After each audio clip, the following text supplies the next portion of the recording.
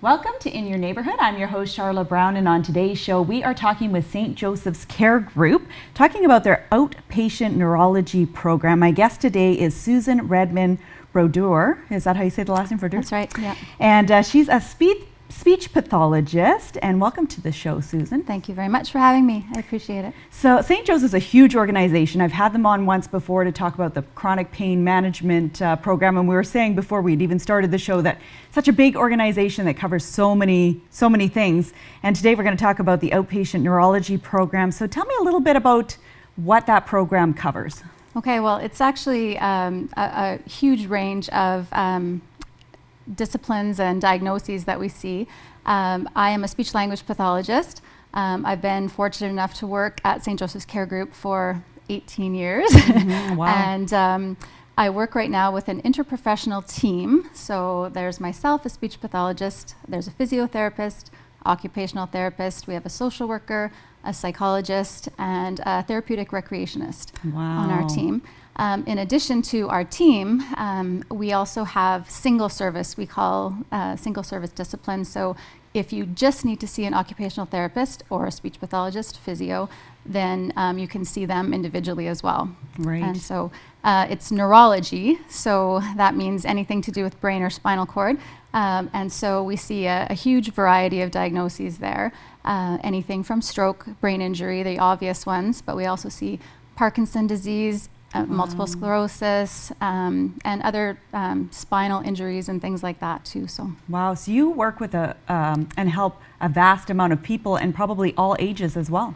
Well, we are, basically our mandate is from 18 plus, but we have seen some individuals younger than that if they require our services. And concussion is one area that we do see younger kids. Right, so. right. Mm-hmm. And that's one of the big things that we're going to talk about today is kind of concussions. And you hear about that all the time now and how easily a concussion can be sustained. So whether it's a car accident or sports, things like that. So let's talk a little bit about concussions. Right, so a concussion is another term for mild traumatic brain injury. And so that can be, like you said, anything from a car accident to a blow to the head from sports. And Thunder Bay is a huge sports town. Mm-hmm. We have lots of sports going on. Hockey is, obviously very popular, but soccer as well. You hear about those heading injuries from soccer now and football. And those things can all result in that mild traumatic brain injury. You can also get a concussion from that whiplash type injury. So that's the violent shaking of the head. Mm-hmm.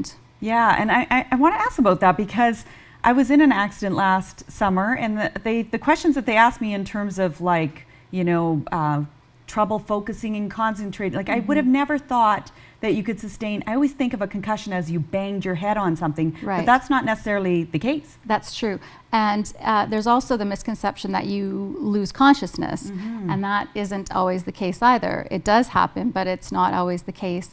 Someone may stay conscious and still have obtained enough of a blow to the head that they experience concussion symptoms afterwards. So it's something that, we always want people to be vigilant for, on the lookout for, aware of those symptoms. And so it's good to hear that you're being asked that Absolutely. If you're experiencing those symptoms, because we want people to be aware that that those can occur. Yeah, for sure. And let's talk about some of those symptoms, because they're not necessarily what you might think that would come from if you're in your mind, a concussion is a blow to the head. It's not necessarily. What are some of those symptoms?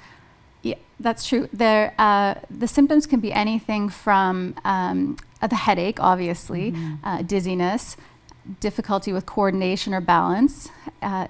We see, and then those attention, concentration difficulties, memory problems, and there can also be some sort of emotional symptoms too, so sort of difficulty with emotional regulation, anger management, those kinds of things. So it's a wide range, and there can be a variety of severity of those symptoms. You may have some of them, you may have all of them. So right. Yeah. And do they can they come and go off and on? Does it heal over time?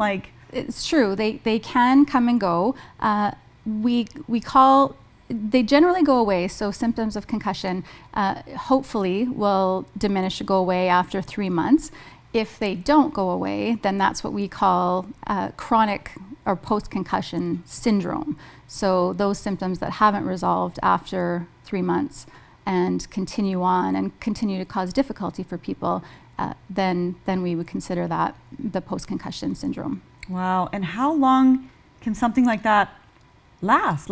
I'm just kind of learning about this for the first time. So is that something somebody could have ongoing for a long time? It can be, and that's what's troubling for people. They want to return to work, they want to return to school or playing their sports, and they realize that they can't function the way they did before, and that's very troubling for them. And that's when often we come to see them, because they had expected that those symptoms would diminish, go away over time, and they have, but not enough for them to resume their normal life. Right.